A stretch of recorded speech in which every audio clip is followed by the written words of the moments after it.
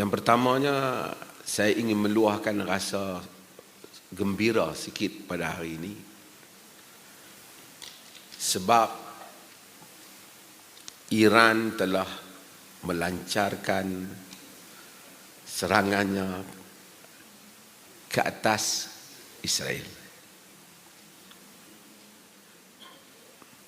Walaupun mungkin sebahagian orang yang sempit pikirannya, dia kata tak ada, Iran Syiah, buat apa kita nak sokong? Yang ni Israel Yahudi duk bom ni. Sehingga dia tak dapat bedakan. Di dalam surah Ar-Rum, Allah Subhanahu wa taala cerita tentang ghulibatir Rum. Tentang Rum dikalahkan oleh Parsi. Dan Allah menceritakan wahum min ba'di ghalibihim sayaghlibun. Mereka selepas dikalahkan mereka akan menang. Kemudian Allah kata pula wa yauma idzin yafrahul mu'minun. Pada hari berkenaan apa? Allah dalam penceritaan itu Allah menyatakan pada hari berkenaan orang mukminun akan yafrahu. Orang mukminun akan bergembira. Kenapa orang mukminun bergembira? Karena Rum akan kembali berjaya mengalahkan Parsi. Kenapa orang mukminun bergembira Rum mengalahkan Parsi? Kedua-duanya kuasa kufar. Dan kemudian tentera Islam juga bertempur dengan Rum.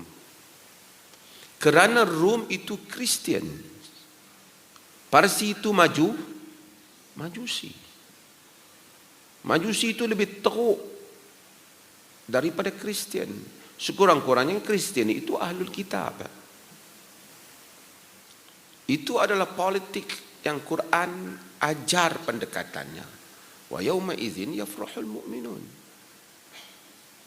Pada hari itu orang mukminun akan bergembira kerana kemenangan. Rom dapat kembali mengalahkan Parsi.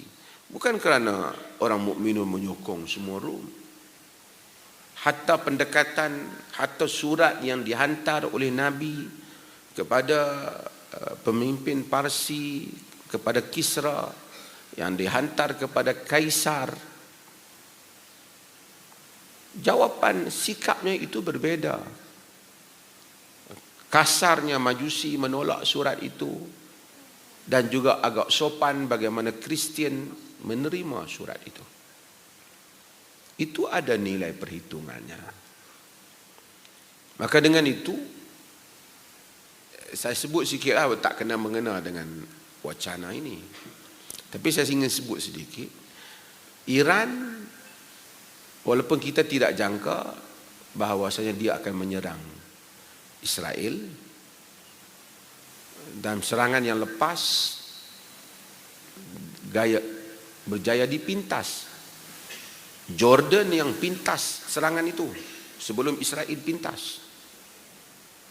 Dan kali ini dia menggunakan satu teknologi yang lebih maju, yang teknologi yang dia namakan dengan sebahagian berita sebut sebagai Fateh. Dengan teknologi itu yang tak pernah dijual lagi senjata itu kepada negara lain. So roket, misail dia itu berjaya menembusi. Dikatakan 200 yang dihantar, 20 mengenai sasarannya di Tel Aviv. Sekurang-kurangnya kita seronok juga ada orang yang pukul mereka. Soal perbezaan, memang kita ada perbezaan. Tapi ketika menghadapi musuh yang sama, kita mesti berfikir untuk duduk bersama. Ada orang kata semua orang ada agenda. Ustaz Syed kata saya,